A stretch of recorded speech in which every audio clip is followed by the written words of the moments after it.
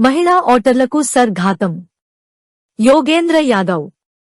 మహిళలకు ఓటు హక్కు అనేది ఒకనాడు విప్లవాత్మక భావన. ఇప్పుడు అది మహిళల ప్రాథమిక మానవ హక్కుగా పరిగణిస్తున్నారు. భారతీయ సమాజంలో సమస్త రాజకీయ కార్యకలాపాలలో మహిళలు భాగస్వాములుగా ఉన్నారు. స్వతంత్ర భారత సార్వత్రిక ఎన్నికల చరిత్రలో 2019 ఎన్నికలు ఒక నిశ్శబ్ద విప్లవంగా పేరుపొందాయి. ఆ సార్వత్రిక ఎన్నికలలో ఓటు వేసిన వయోజనులలో పురుషుల కంటే మహిళలే అధికంగా ఉన్నారు. రాజకీయ క్రియాశీలురుగా భారతీయ మహిళలు ముందంజ వేస్తోన్న ప్రస్తుత తరుణంలో ఓటర్ జాబితాల నుంచి మహిళా ఓటర్ల పేర్లను పెద్ద ఎత్తున తొలగించారు, ఇంకా తొలగిస్తున్నారు. ఏమిటి వైరుధ్యం? వట్టి వైరుధ్యం మాత్రమే కాదు, అది చాలా క్రూర వైరుధ్యం, సందేహం లేదు. 21వ శతాబ్ది మూడో దశకంలో ఇదెలా సంభవించింది అని భావి చరిత్రకారులు తప్పక నివ్వెరపోతారు.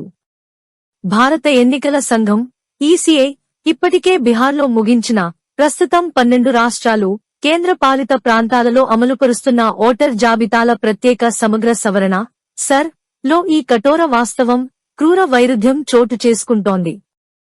రెండో దశ సర్ కు సంబంధించి ఉత్తరప్రదేశ్ మినహా మిగతా రాష్ట్రాలు, కేంద్రపాలిత ప్రాంతాల గురించిన సమాచారం అందుబాటులో ఉన్నది. మహిళల భాగస్వామ్యంతో దశాబ్దాలుగా ఎన్నికలలో సాధించిన ప్రగతిశీల విజయాలు ఒక్కసారిగా తిరోగమనంలోకి మళ్లాయని ఆ సమాచారం విశదం చేస్తోంది.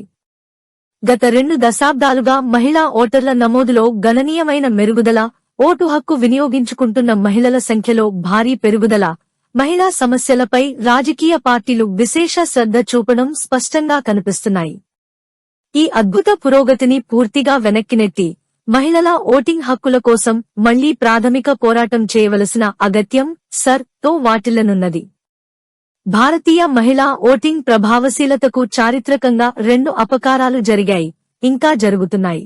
వాటిలో ఒకటి ఆర్థికవేత్త, సామాజిక తాత్వికుడు అమర్త్యసేన్ గుర్తించిన తప్పిపోయిన ఆడపిల్ల దృగ్విషయం. సహజ జనన రేటు ప్రకారం పుట్టవలసిన బాలికల సంఖ్య కంటే పుట్టిన బాలికల వాస్తవ సంఖ్య మధ్య పెద్ద వ్యత్యాసం ఉండడం.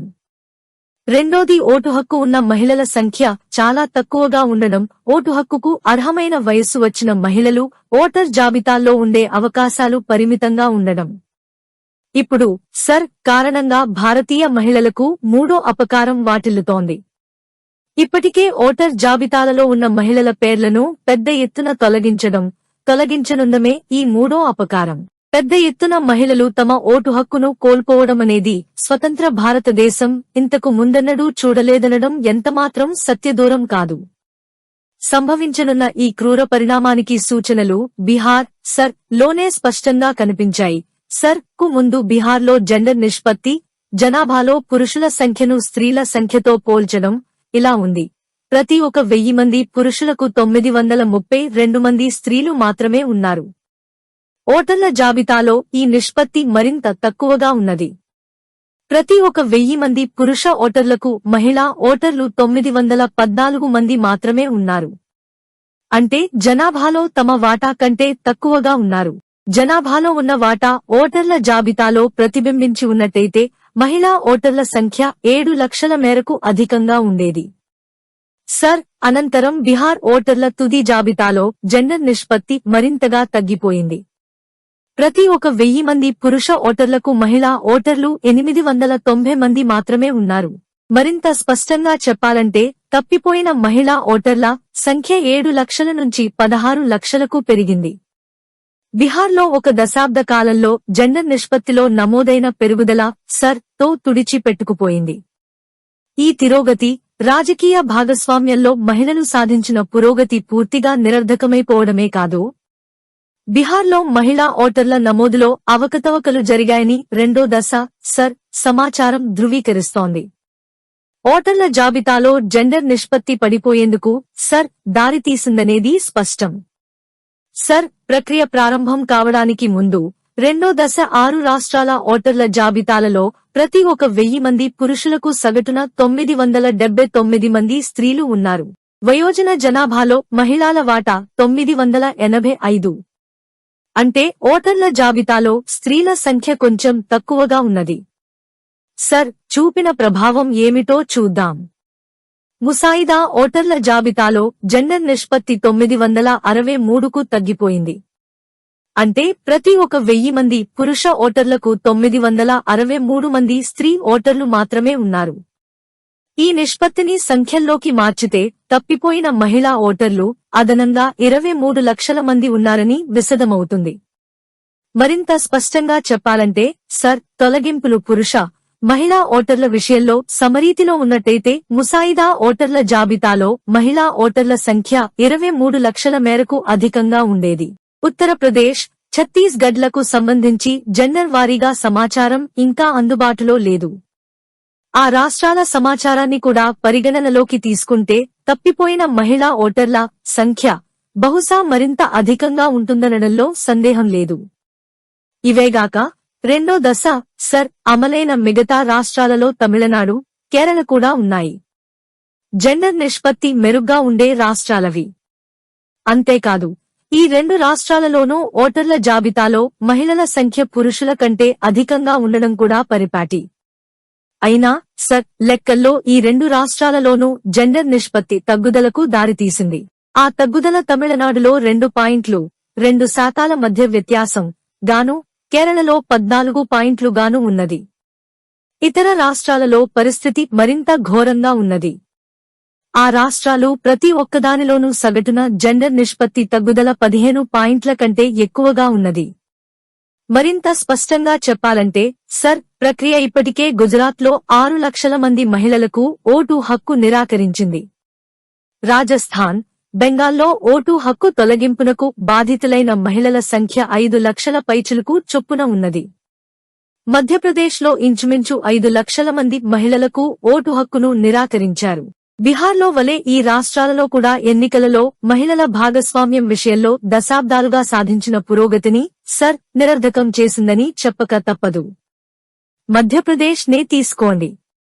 2009లో ఆ రాష్ట్ర ఓటర్ల జాబితాలో జెండర్ నిష్పత్తి చాలా తక్కువగా ఉండేది. ప్రతి 1000 మంది పురుషులకు 887 మంది మహిళలు మాత్రమే ఉండేవారు. ఈసీఐ కృషి కారణంగా ఆ తరువాత జరిగిన ప్రతి ఓటర్ల జాబితా సవరణలోనూ జెండర్ నిష్పత్తి పెరుగుతూ వస్తోంది. గత ఏడాది ఆ నిష్పత్తి 950గా ఉన్నది. రాష్ట్ర వయోజన జనాభాలో స్త్రీ పురుష నిష్పత్తికి అది దాదాపు సరిసమానంగా ఉన్నది. ఇప్పుడు ముసాయిదా ఓటర్ల జాబితాలో జెండర్ నిష్పత్తి 933కు తగ్గిపోయింది. ఇందులో ఆశ్చర్యపోవలసిందేమీ అంతగా లేదు. లోపభూయిష్టమైన రూపకల్పన కారణంగా మహిళా ఓటర్లకు అననుకూలంగా అమలయింది. ప్రతి ఓటరు ఖచ్చితమైన గడువులోగా ఫోటోగ్రాఫ్తో సహా కొత్త ఎన్యూమరేషన్ ఫామ్ను సమర్పించవలసి ఉన్నది. పరిపాలనా ఓటు హక్కు రద్దుకు అడ్మినిస్ట్రేటివ్ డిసెన్ఫ్రాంచిస్మెంట్, అర్హత కలిగిన పౌరులు ఓటు వేయడం కష్టతరం లేదా అసాధ్యం చేసే పద్ధతులను పరిపాలనా ఓటు హక్కు రద్దు అంటారు. ఇదొక ప్రామాణిక తార్కాణం. ఈ పద్ధతి మహిళా ఓటర్లకు ప్రతికూలంగా పరిణమించింది.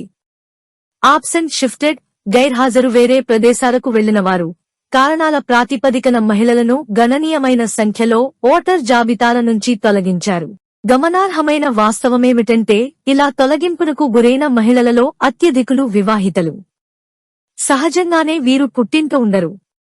ఈ కారణంగా పుట్టింటి ప్రదేశాల ఓటర్ జాబితాల నుంచి వారి పేర్లను తొలగించారు.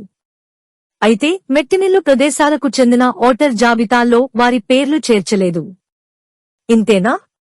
ముసాయిదా జాబితాలోని మహిళలు 2 దశాబ్దాల క్రితం నాటి పాత ఓటర్ల జాబితాలోని తమ తల్లిదండ్రుల పేర్లతో తమను అనుసంధానించుకుని తమ అర్హతను నిర్ధారించాలి.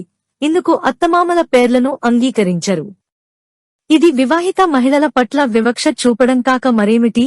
మన భావి చరిత్రకారులు ఈ సమాచారాన్ని నిశితంగా పరిశీలించే క్రమంలో ఓటర్ జాబితాల విషయమై ఈసీఐ మాన్యువల్ను తప్పక చూస్తారు. మహిళా ఓటర్ల నమోదు విషయంలో ఈసీఐ నిర్దేశించిన నియమాలు, ప్రక్రియ, వ్యవహార పద్ధతులు ఎంత సున్నితమైనవిగా ఉన్నాయో గమనించి తప్పక ఆశ్చర్యపోతారు. నమోదు ప్రక్రియ ప్రతి దశలోనూ జెండర్ నిష్పత్తిని నిశితంగా గమనంలోకి తీసుకోవాలని ఈసీఐ మాన్యువల్ నిర్దేశించింది.